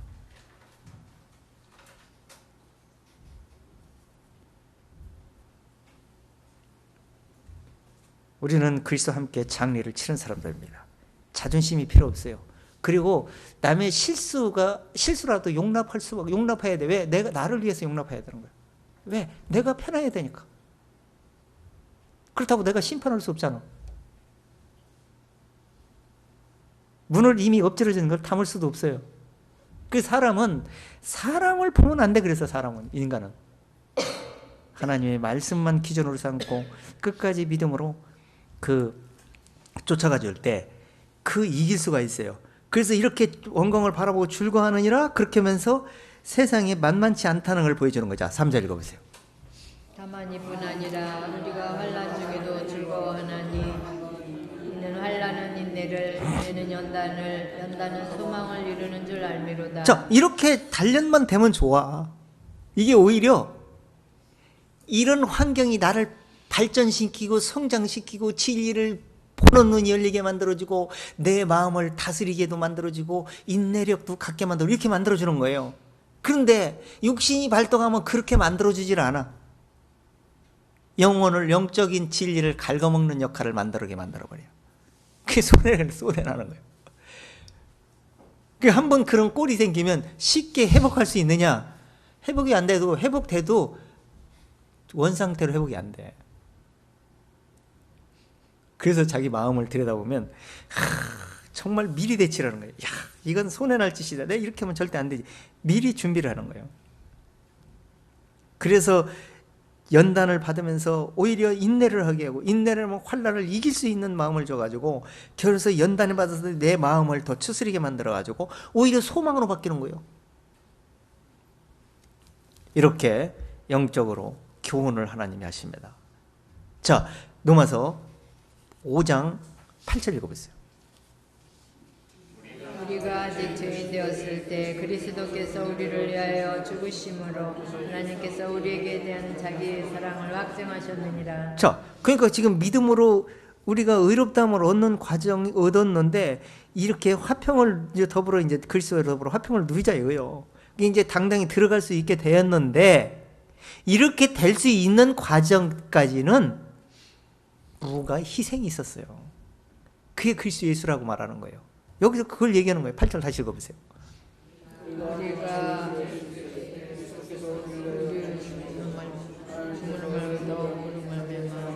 확증하셨느니라. 자, 이걸 깨닫는 순간 마음의 그 담이 무너지는 거예요. 죄의 담이. 받아들여야 돼. 믿음으로. 깨달아야 받아들이지겠죠? 분명히 깨달아야 돼. 자, 19절. 그러면 이제 우리가 그 피를 인하여 의롭다 하심을 얻었은즉 더욱 그로 말미암아 진노하심에서 구원을 자, 얻을 죄는 진노를 따라요. 죄값은 사망인데 한 번 죽는 저 후에는 심판이 있어요. 그래서 이 세상에 종말 때 이 세상이 불살라질 때 진노를 겪으면서 지옥에서 영적 세계에 들어가서 엄청난 하나님의 진노를 받게 됩니다. 그러면서 10절 읽어보세요.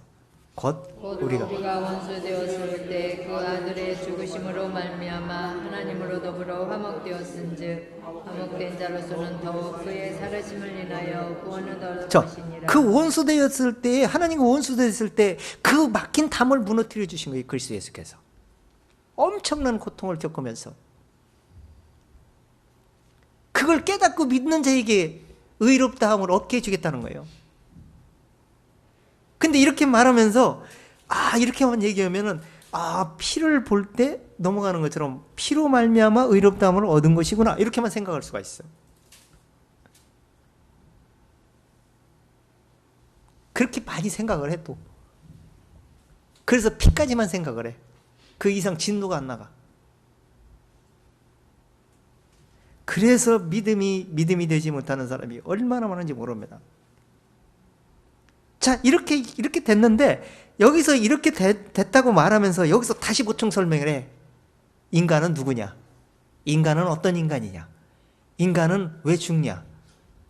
사람의 마음속은 어떻게 생겼냐? 이걸 다시 설명하고 있는 거예요. 왜? 그 믿음으로 의롭다함을 얻는 과정이 의롭다함을 얻으려면 그리스도께서 그 의로움을 줬을지라도 이런 것을 이해를 못하면 아무 소용이 없어. 안 믿어지기 때문에. 그래서 사도 바울이 또 보충 설명을 또 해. 12절 읽어보세요.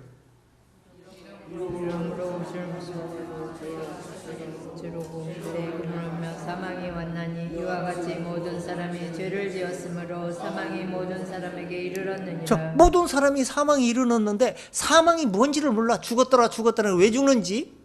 왜 죽는 거예요? 늙어 죽어? 창세기 때는 969세인가? 930세 뭐 수도 없이 살았어. 근데 결국은 죽어.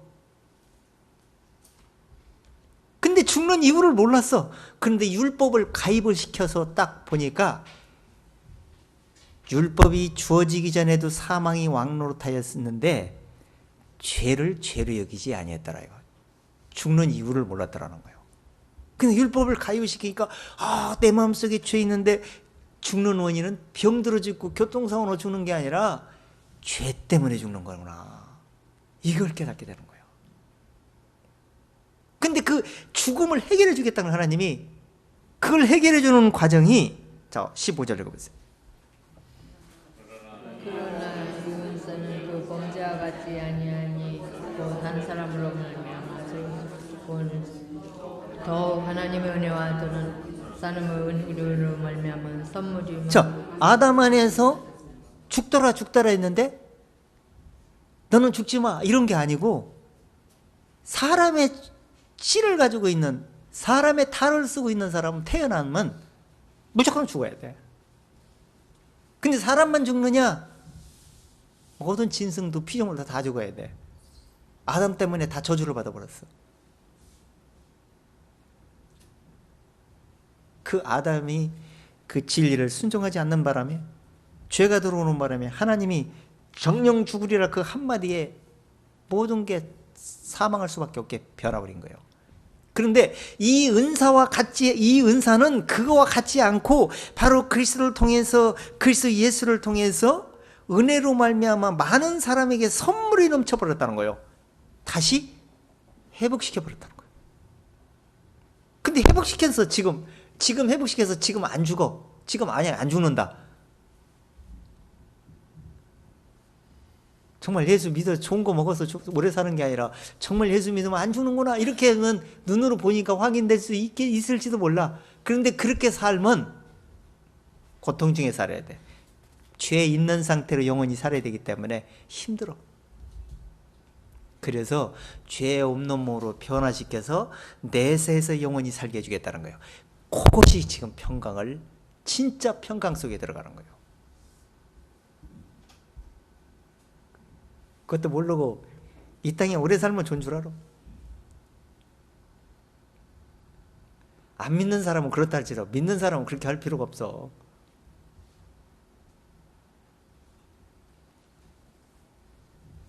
정령 죽으리라는 게 죽어 언젠가는. 내 힘으로 불가능해. 뭐 해결해 못해. 그러니까 그걸 알고 우리는 살아가는 겁니다.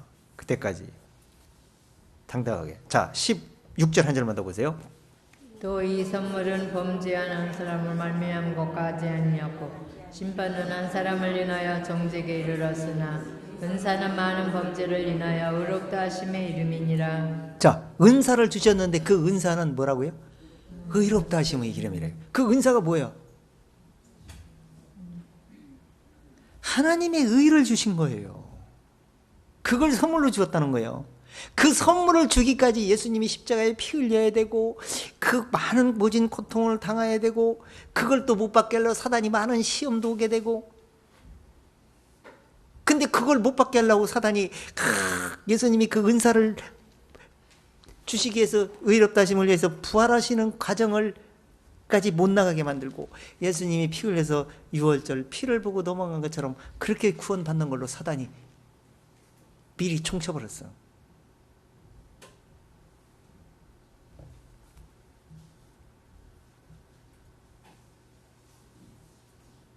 우리도 옛날에 그랬잖아요. 그러니까 그게 다인 줄 알고 예수님 피만 믿으면 구원받는다고 그렇게까지만 얘기하고 말았어, 옛날에 우리도.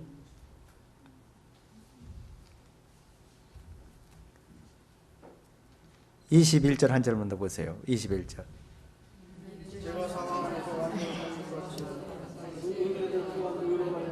왕노릇하여 우리 주 예수 그리스도로 말미암아 영생에 이르게 하려 함이니라. 자, 뭘로 말미암아? 아까 15절에서는 은혜, 선물로 넘쳤다고까지만 얘기해. 근데 은혜 또한 의로 말미암아 이렇게 설명을 하잖아. 지금 몇 단계를 진도를 나가면서 지금 설명하고 있는 거예요. 한 방에 못 알아들으니까. 근데 이걸 여기저기 기록이 돼가지고 이걸 줄을 잡아갖고 이해하기가 쉬운 얘기가 아니라니까 지금 이게. 들어도 또 내 마음이 준비 안 되면 금세 날아가. 이해가 안 돼. 자, 이렇게 돼버리니까 로마서 8장 들어가 보세요. 8장 2절에서 이렇게 얘기하는 거예요. 그래서 해방됐던 건가요? 그리스도 예수 안에 있는 생명의 성령의 법이 죄와 사망의 법에서. 자, 생명의 성령의 법이 뭐냐? 의의 법이에요.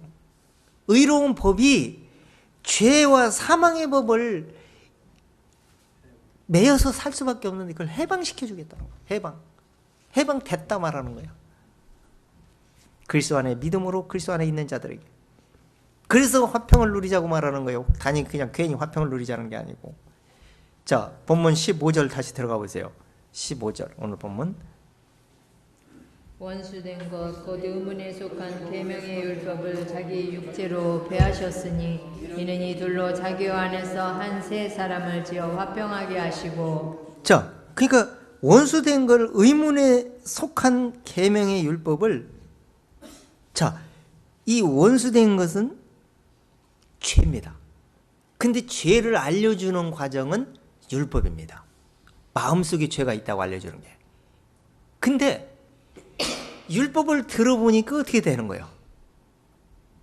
율법을 이해하니까, 마음속에 죄를 발견하니까 원수되게 한 거 아니야. 하나님과 원수를 알려주는 거야. 나는 원수되어 있었구나, 이걸 알려주는 거 아니에요. 그게 원수되게 하는 계명을 말하는 거예요. 그러니까 계명이 원수되게 한다는 뜻이 아니고, 율법으로 통해서 마음을 비춰보니까 죄가 발견돼.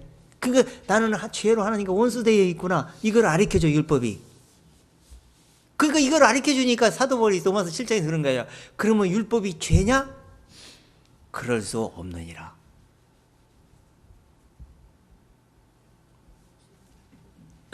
그래서 이 죄를 가르쳐주고 의문에 속한 이 율법을 육체로 예수님이 폐하셨다는 거예요. 그 말은 죄도 폐하지만 죄도 도말하는 뿐 아니라 죄를 간섭하는 그 율법도 도말해 버리는 거예요, 예수님이. 그러니까 뭐 어떻게 된 거예요? 그리스도 예수 안에 들어오면 율법도 나를 간섭하지 못하고 죄도 간섭하지 못하는 거야. 근데 이걸 말씀을 깨닫고 믿음으로 그 중심에 서 있으면, 그리스도 안에 있으면 그러는데, 의의 도피성 안에 있으면 그런데, 그런데 그 말씀 안에 확실히 있지 않으면 그리스도 평강이 내 마음을 주관하지 못할 때 스스로 정죄당해. 그래서 흔들리는 거예요. 그러면서 도말해가지고 둘로 자기 안에서 세 사람을 지금 화평케 하는 거예요. 둘로 지금 하나님과 우리 사이에 그리스도께서 화목제물이 돼가지고 그리스도 안에서 하나님과 하나로 만들어 버리는 거예요. 화목하게. 그래서 걱정할 것이 없다고 그러는 거예요. 그리스도 안에 있으면. 내 힘으로는 근처도 못 가. 자, 한 절 더 보겠습니다. 골로새서 2장 12절. 자, 빨리빨리. 2장 12절 골로새서.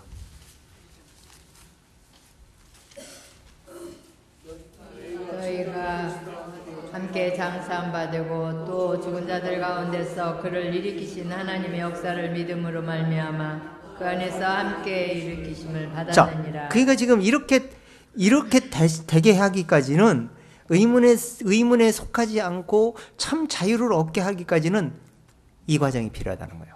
어떻게? 죽어야 된다. 육신의 생각이 죽고 영적 생각 진리 안에서 다시 살아나야 된다는 얘기를 하는 거예요.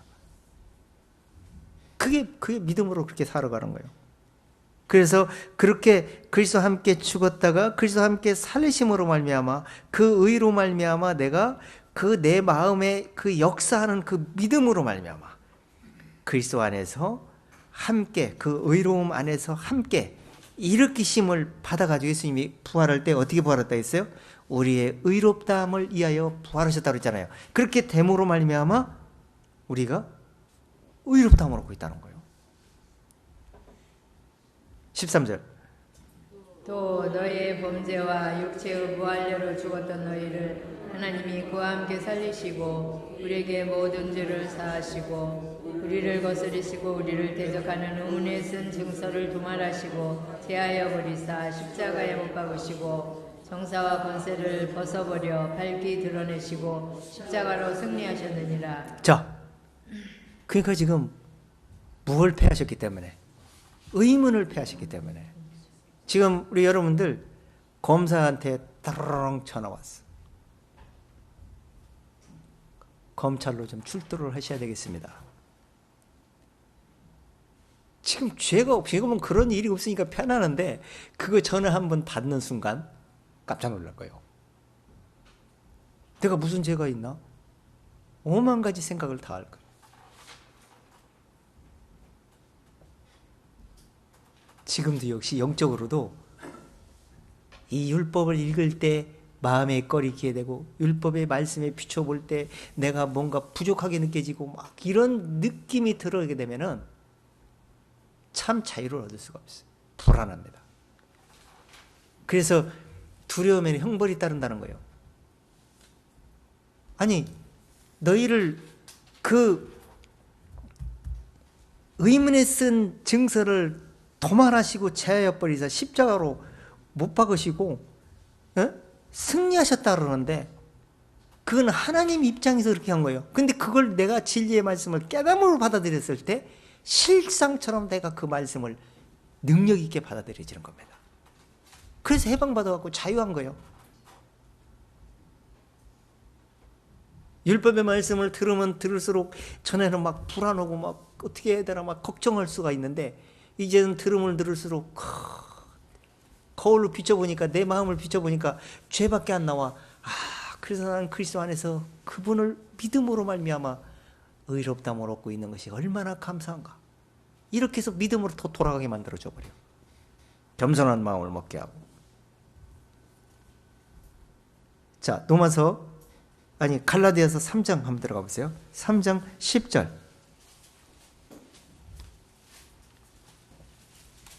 그래서 율법을 완전케 할 수, 율법으로는 도저히 우리 완성케 될 수가 없어요. 그래서 완성케 된 그분 앞에 돌아가라는 거예요, 율법이. 그걸 말하고 있는데 그걸 모르고 율법을 지키려고 그러기 때문에 문제가 생기는 거예요. 3장 10절부터 한번 읽어보세요. 무릇 율법 행위에 속한 자들은 저주 아래 있나니 기록된 바 누구든지 율법책에 기록된 대로 온갖 일을 항상 행하지 아니하는 자는 저주 아래 있는 자라 하였음이니라. 그게 뭐예요? 육신이 율법을 쫓으면 저주 아래 있다는 거예요. 그 육신이 율법을 쫓을 수가 없습니다. 고백하고 마음으로 율법을 쫓으려면 어떻게 되냐? 죄가 발견돼. 저는 죄밖에 없습니다. 이것도 모르고 종교에 뭔가 의로움을 내세우려고 제가 껍적거렸습니다. 이제는 마음을 통회하는 마음으로 손들고 주님 앞에 무릎을 꿇습니다. 내가 주님의 의로움을 믿음으로 받아들여서 주님 앞에 한 몸으로 그 안에 있을 때 내가 안전하게 될 수 있다는 걸 깨달았습니다. 내가 죽을 때까지 이 믿음을 끝까지 변치 않게 내 마음을 지키겠습니다. 그러고 말씀을 계속 유지시키는 거예요. 근데 그것도 모르고 율법을 뭔가 해보겠다? 이걸 온갖 율법을 기록된 대로 온갖 일을 항상 행하지 않으면 저주 아래 있는 자라고 그러는데 할 수 없다고 말하는데 11절 또 하나님 앞에서 아무나 율법으로 말미암아 의롭게 되지 못할 것이 분명하니 이는 의인의 믿음으로 살리라 하였음이니라. 자, 의인은 믿음으로 말미암아 살리라. 의인이 믿음으로 되었다는 사실을 그리스도 안에 그 의로움, 그 의 안에서 내가 믿음으로 의롭다고 얻었다는 사실을 깨닫고 돌아오는 순간 율법에 해방받게 되는 거예요. 율법에서 도말됐구나. 그래서 도말시켰구나. 이걸 알게 되는 거예요. 그러니까 자유한 거예요. 13절 한 절 더 보세요. 그리스도께서 우리를 위하여 저주를 받은 바 되사 율법의 저주에서 우리를 속량하셨으니 기록된 바 나무에 달린 자마다 저주 아래 있는 자라 했습니다. 율법의 저주에서 해방시켰다는 거예요. 율법이 그냥 가입시킨 게 아니에요. 너희는 저주받을 사 인간이다라는 걸 알려주는 거예요. 죄밖에 없는 인간. 근데 그걸 어떻게 뭔가 없는 것처럼 껍적거리면서 외식하면서 자기는 잘난 것처럼 자기는 의인인 것처럼 착각 속에서 살고 있는 거예요. 도덕 윤리를 조금 내세우면서 그게 자기는 대단한 사람처럼 착각을 한 거예요. 하나님 앞에, 하나님의 의 앞에는 근처도 못 가. 그게 죽고 나면 드러나. 내가 잘못된 것이구나를 깨닫게 되는 거예요. 이미 때는 늦었는데 뭔 생각이 있습니까? 자, 히브리서 7장 16절 한번 들어가 보세요.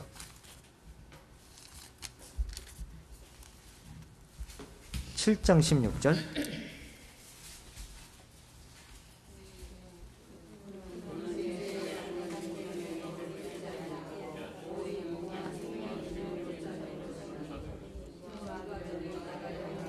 열심기스되게 반차를 쫓는 제사장이라 하였도다. 18절. 전의 계명이 어연약하여 무익함으로 패하고 자, 율법은 전의 계명은 어떻게?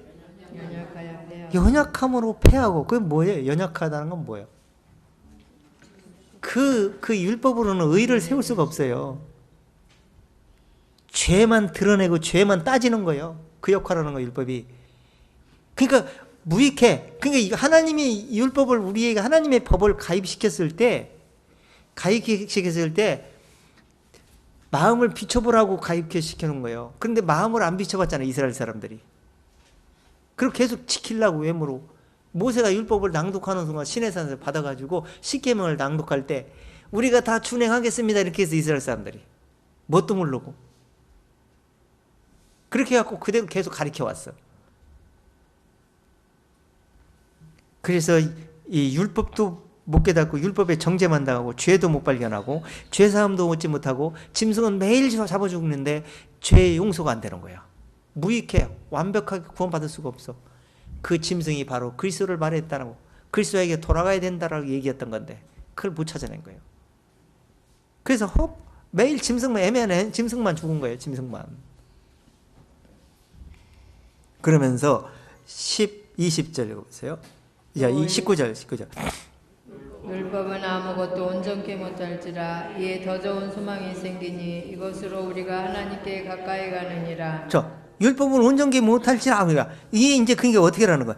이에 더 좋은 소망이 생기는 것이다. 그게 누구냐? 바로 예수 그리스도를 통해서 한 제물이 돼서 드려진 것이라. 그분을 통해서라는 거예요. 근데 이런 분이 누구냐? 이런 분이 어디에 있냐 이거예요. 이런 분이 하나님의 우편에서 영원히 앉아 계시니라 이거예요. 24절 읽어보세요. 이 예수는 영원히 계심으로 그 제자분을 갈리지 아니하나니 그러므로 자기를 힘입어 하나님께 나아가는 자들을 온전히 구원하실 수 있으니 그는 그가 항상 살아서 저희를 위하여 간구하심이니라. 율법은 온전케 하지 못하는데 예수 그리스도는 어떻게? 영원히 계심으로 어떻게? 온전히 구원하실 수 있으니. 자, 율법은 모형으로 지성소를 만들어 놓고 하늘나라에 들어가는 과정을 보여줬어요.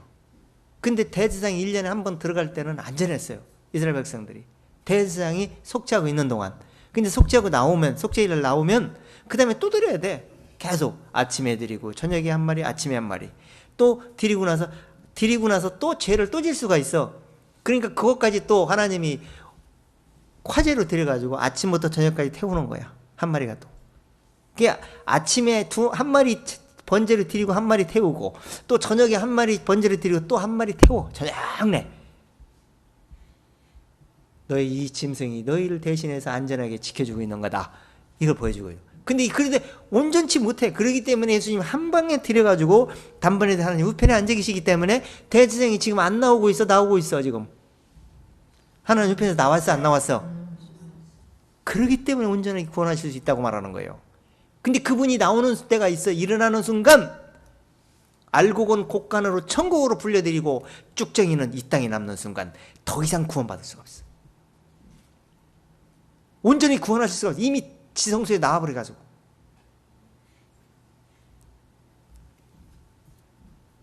그걸 알아야 되는데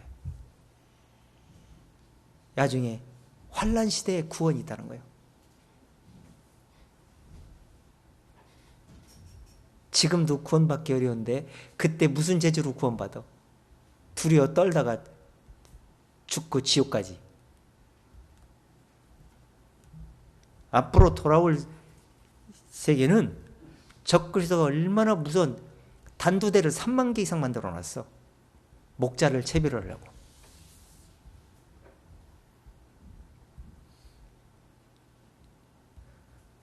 월마트 같은데 그쪽에 안전한 줄로 피하면 들어가는 순간 목 잘려야 돼.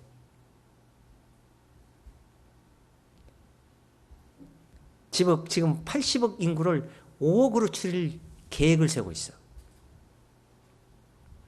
그들이 이 신세계를, 이 세계를 지배하고 잘 돌아가게 하려면 5억 정도는 돼야 된다는 거예요.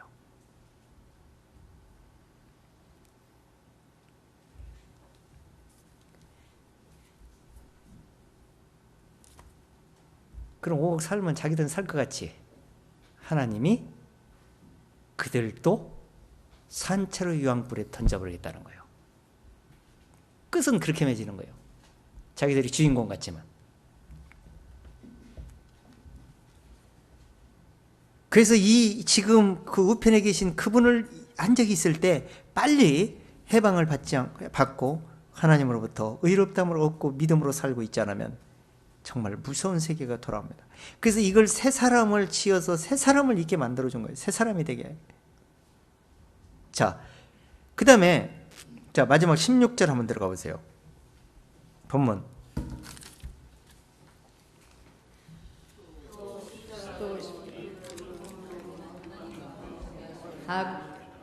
자, 또 십자가로 이 둘을 한 몸으로 하나님과 화목하게 하려 하심이라. 원수된 것을 십자가로 소멸하시고. 그러니까 지금 하나님과 사람 사이 사람을 하나로 만들어주는데 그걸 또 이스라엘과 사람 이방인을 또 하나로 만들어주는 거예요. 자, 이방인과 이스라엘 사이에는 이방인들과 유대인 성막이 있어요. 그래서 그 뜰이 사이를 내 가지고 이방인들이 들어갈 수가 없어. 근데 그래서 지금 지난주에 그랬잖아요. 뭐라 했어요? 우리는 이스라엘 밖에 있었고 약속들에 대해서는 외인이고 세상 소망만 바라봤던 사람들이에요. 소망도 없었어. 영적 소망은. 전에 멀리 있던 너희를 그리스도와 함께 살렸다고 그러잖아요. 그러니까 이방인과 이스라엘 사람들을 사이를 동일하게 이제는 손도 아니요 같이 동일하게 만들어 버렸어. 이제는 이스라엘 사람들 우리는 선민이고 너희는 이방인이라고 해도 소용이 없어. 하나님은 그렇게 인정을 해. 이렇게 둘로 하나를 만들어 버렸다 이거예요. 동일하게 믿음으로, 율법이 아니기도 믿음으로 의롭다함으로서 함께 갈 수 있도록 만들었다는 것이 지금 한 몸으로, 둘을 한 몸으로 이렇게 표현하는 거예요. 이 세상 모든 사람 차별이 없어요. 그래서 하나님 은혜 안에서는. 근데 유대인들은 특별한 것처럼 자기 선민의식을 가지고 있어가지고 이 말씀을 오해하게 되는데 절대 그게 아니에요. 자, 한 절 더 보세요. 골로새서 1장 20절.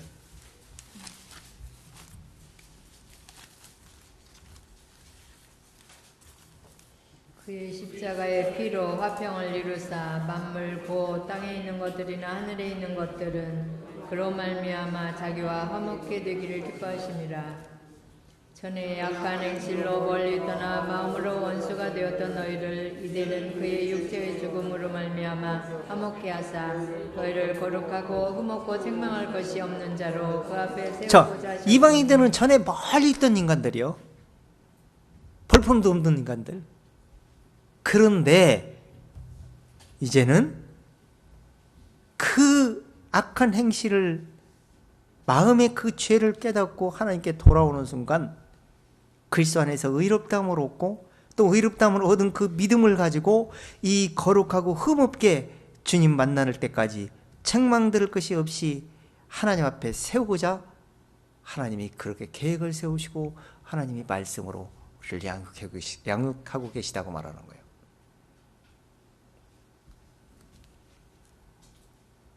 그러니까 3절 23절 뭐라고 합니까? 만일 너희가 믿음에 구하고 더위에 굳게 서서 너희 들은 바 복음의 소망에서 흔들리지 아니하면 그리하리라. 이 복음은 전하 만민에게 전파될 바요 나 바울은 이 복음의 이렇게 일꾼이 되었도다. 흠없는 자로 그 앞에 하나님 앞에 세우고자 하셨으니 이렇게 말했어요. 그냥 하나님이 계획을 그렇게 말하는 거예요. 이제 이 계획대로 우리가 되려면 어떻게 해야 된다는 거예요? 만일 너희가 믿음에 거하고 터위에서 굳게 서서 그 받은 말씀을, 그 은혜의 복음의 말씀을 마음에서 지키고 그 복음의 소망에 흔들리지 않는 그런 중심으로 믿음으로 끝까지 살게 되면은 결국에는 천하 인간에게 복음을 전파된 그 말씀들을 마음에 지키고 주님 만날 때 그야말로 흠없는 자로 그 앞에 서게 될 거라는 거예요. 그래서 그 말씀을 받은 말씀을 우리 마음에서 유지시키는 거, 이거 얼마나 중요한지 몰라요. 한 번 받으면 그냥 끝나는 게 아니고 그 말씀이 살아서 내 마음속에서 움직이고 그 말씀이 내 마음에서 동하게 만들고 그 말씀이 입에서 나오게 만들어주는 역할, 그것은 내가 해야 돼.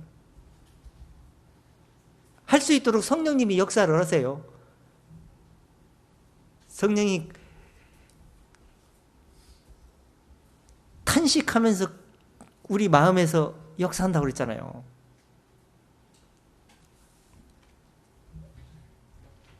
우리는 세상 것만 바라보고 사는 중심을 갖다가 하나님이 그렇게 할 수 있도록 해서 힌트를 주고 말씀으로 양육화를 하시게 되는 겁니다.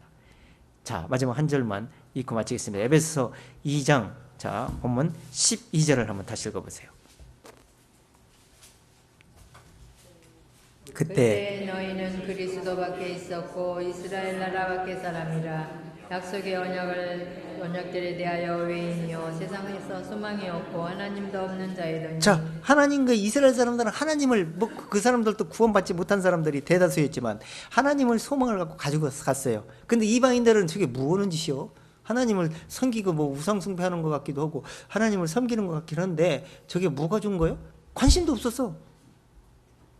그래서 뜰이 돼 있어. 이방인들하고 사이를 내가지고 가까이 갈 수가 없어서 이방인들은 받아주지도 않으니까 하나님 가까이 오라고 하지도 않았고, 유대인들. 그런데 이제는 이스라엘 밖에 있었는데 그때는 이제는 외인이 아니라는 거예요. 자, 한 절 더 보세요. 18절. 이는 저로 말미암아 우리 둘이 한 성령 안에서 아버지께 나아감을 얻게 하려 하심이라. 자, 먼 데 있는 자들의 평안을 전하고 가까운 데는 평안을 전하셔서 이제는 그 평안이 뭔지를 깨닫고 마음의 평안을 받아들인 다음에 그 의로움 안에서 의롭다함을 얻은 사람은 이제는 성령 안에서 아버지께 나감을 얻는다는 거예요. 가까이. 저는 멀리 있고 못 갔는데 이제는 나감을 얻는다는 거예요. 이제는 어떻게 나감을 얻어? 그들이 말하는 성소에 들어가서 오늘날 일반께서 말하는 교회당이 나가가지고 무슨 재단에서 이런 강대상이 재단이래. 또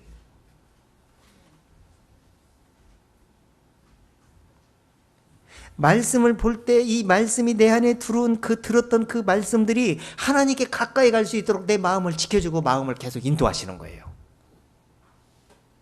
그러니까 당당히 나가지. 19절 한 절만 읽고 마치겠습니다. 그러므로 이제부터 너희 외인도 아니요 손도 아니요 오직 성도들과 동일한 시민이요 하나님의 권속이라. 자, 하나님께 속한 사람이 되어 있기 때문에 이제부터는 이제 너희가 외인도 아니야. 이제 손님처럼 무슨 멀리 뭐 이렇게 있는 것도 아니라는 거예요. 이제. 하나님이 자녀가 돼 있잖아요. 그렇기 때문에 이제는 성도들과 동일한 시민이 됐다는 거예요. 이제는 하나님의 권속이 된 것이다. 이것이 바로 하나님께서 우리에게 주시고자 하는 선물이라는 거예요. 차별이 없습니다. 그래서 사도 바울이 이걸 깨닫고 유대인과 하나님과 인간을 비교해주고 유대인과 이방인을 비교해주면서 그 의로운 복음 안에서 하나가 되고 화평이 돼갖고 그리스도의 권속이 되고 하나님의 자녀가 되고 하나님의 그 속한 바로 동일한 하늘의 시민권을 가진 자라고 이걸 풀어서 설명하고 있는 겁니다. 근데 인간들은 자기 권위를 세우기 위해서 하나님께 가까이 가게 하는 것이 인도하는 것이 아니라 교회 목사를 가까이 하게 인도하려고 그런 사람이 얼마나 많은지 몰라요. 어쨌든 하나님은 차별이 없습니다. 하나님이 생각할 때는 유대인이고 이방인이고 다 동일하게 차별 없이 하나님의 은혜를 선물로 주신 그 의로움 안에서 그걸 믿음으로 받아들이고 믿음 위에 굳게 서 있는 사람은 바로 하나님께 가까이 갈 수 있도록 하나님의 말씀을 통해서 보여주고 있다는 사실을 우리는 분명히 알고, 우리가 하나님을 부담스럽게 생각하고 하나님께 나오기를 뭔가 부족하다고 생각하는 사람들에게 이 말씀을 이해시켜서 하나님을 가까이 갈 수, 부담 없이 가까이 갈 수 있도록 마음은 열고 돌아올 수 있도록 권면해 주시고, 또 그런 믿음으로, 그런 마음으로 하나님께 늘 가까이 교통하시는 우리 조문계 형제자매들 다 됐으면 좋겠습니다. 마치겠습니다. 하나님 아버지, 하나님은 이 세상 모든 사람을 차별 없이 모두가 다 은혜로, 그 은혜의 옷으로 다 덮어주셨다 말씀했습니다. 그럴지라도 하나님의 은혜가 무언지 깨닫지 못하기 때문에 이 말씀이 이해되지 않는 경우가 너무나 많이 있습니다. 이 말씀들을 저희들에게 깨닫게 해주신 걸 너무나 감사합니다.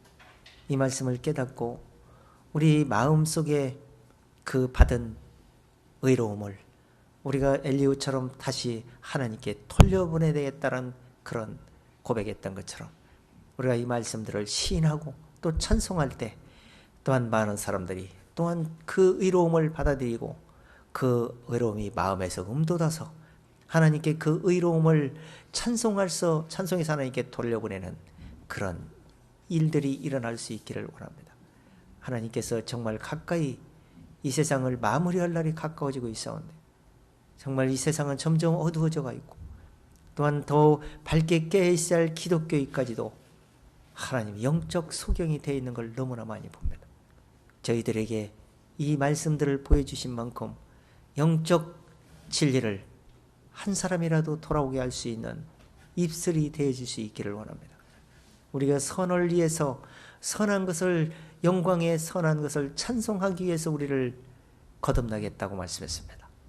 우리 입술을 열어주시고 입술을 통해서 하나님의 의로움이 음돋을 수 있도록 많은 사람들의 마음에 뿌려질 수 있는 입술들이 다 되어지기를 원하고, 살아계신 주 예수님으로 감사를 드립니다. 아멘.